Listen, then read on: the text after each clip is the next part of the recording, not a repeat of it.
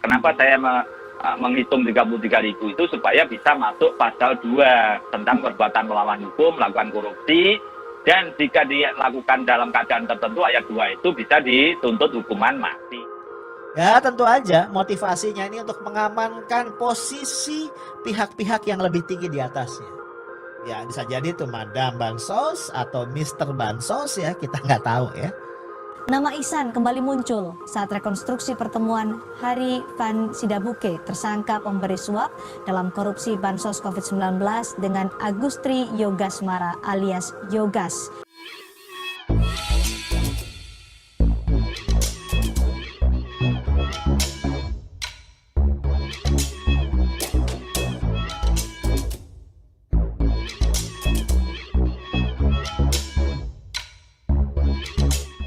Tonton video ini sampai selesai agar Anda tidak gagal paham.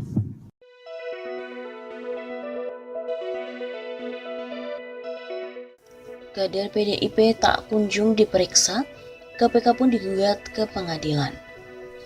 Masyarakat Anti Korupsi Indonesia atau MAKI menggugat KPK terkait dengan penanganan kasus dugaan rasuah bantuan sosial COVID-19 lantaran kader PDIP Ihsan Yunus tak kunjung diperiksa. Koordinator MAKI Boyamin Saiman mengatakan, gugatan telah didaftarkan ke Pengadilan Negeri Jakarta Selatan pada hari Jumat 19 Februari. Boyamin menilai penanganan perkara tersebut tidak secara serius dilakukan oleh tim penyidik KPK. MAKI telah melakukan pendaftaran gugatan pra-peradilan melawan KPK atas terlantarnya penanganan perkara korupsi bansos sembako Kementerian Sosial, kata Boyamin pada CNN Indonesia dalam keterangan tertulis pada hari Jumat 19 Februari. Boyamin juga menuturkan alasan gugatan adalah terkait dengan tidak pernah diperiksanya kader PDIP Ihsan Yunus. Padahal, mengetahui hasil rekonstruksi kasus, ujarnya, Ihsan diduga terlibat karena melakukan pertemuan dengan pejabat Kementerian Sosial dan juga salah satu tersangka Matius Joko Santoso. Terlebih, operator Ihsan Yunus yang bernama Agustri Yogasmara alias Yogas telah menerima uang 1,5 miliar rupiah dan juga 2 sepeda merek Brompton dari tersangka Hari Sidabuke. Selain itu, penyidik KPK juga sudah menggeledah rumah orang tua Ihsan yang berada di Jalan Raya Hankam nomor 72, Cipayung, Jakarta Timur. Penyidiknya telah melakukan serangkaian kegiatan terkait Ihsan Yunus, namun demikian hingga saat ini belum pernah diberitakan kegiatan pemanggilan dan pemeriksaan Ihsan Yunus sebagai saksi. Sehingga patut diduga termohon dari KPK itu tidak profesional. Boyamin juga menambahkan penyidik KPK diduga juga tidak melaksanakan seluruh izin penggeledahan yang telah diberikan oleh Dewan Pengawas KPK. Menurutnya, Dewan Pengawas telah memberikan 20 izin penggeledahan untuk keperluan penanganan perkara. Namun hingga saat ini baru melakukan sedikitnya penggeledahan, yaitu sekitar 5 penggeledahan.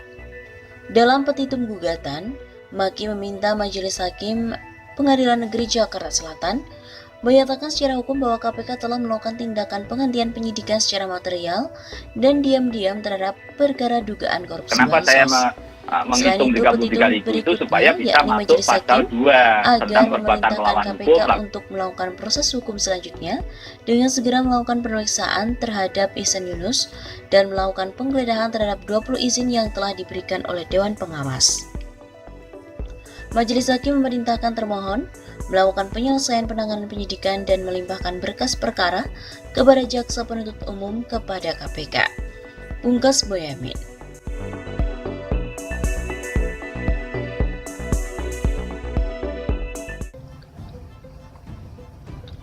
Korupsi bansos kubu banteng, di mana ini menjadi headline dari majalah Tempo.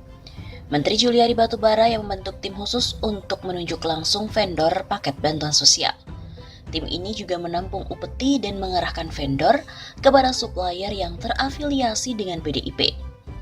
Menteri Juliari pun juga sempat menyebut nama putra presiden untuk pengadaan tas penampung bansos.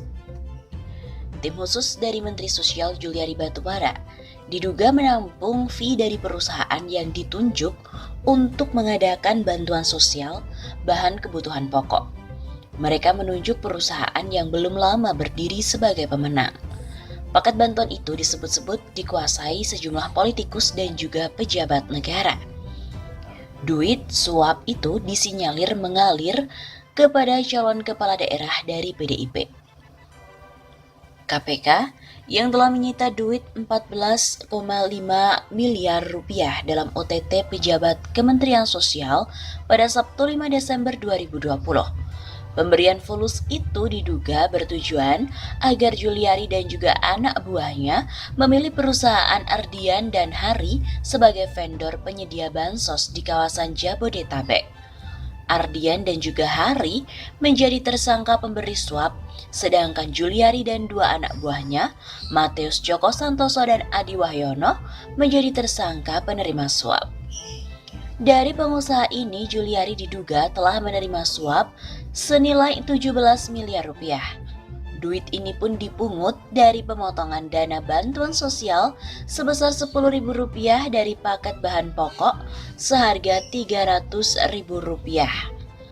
Selama 8 bulan ini, sudah 23,708 juta paket atau senilai 6,464 triliun rupiah yang telah disalurkan.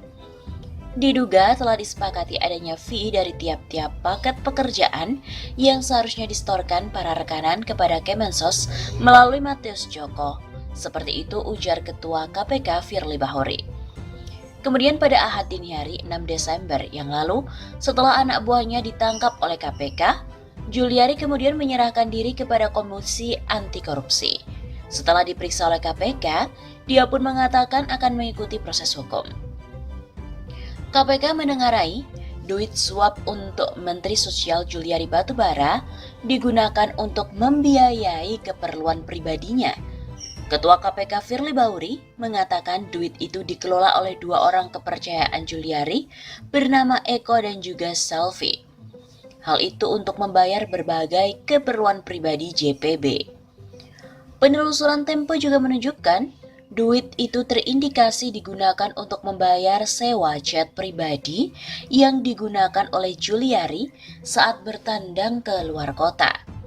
Biaya sewa pesawat itu sekitar 40 juta rupiah per jam. Juliari juga menggunakan pesawat charteran itu saat berkunjung antara lain ke Kendal, Jawa Tengah, ke Medan, ke Bali, dan juga ke Malang, Jawa Timur.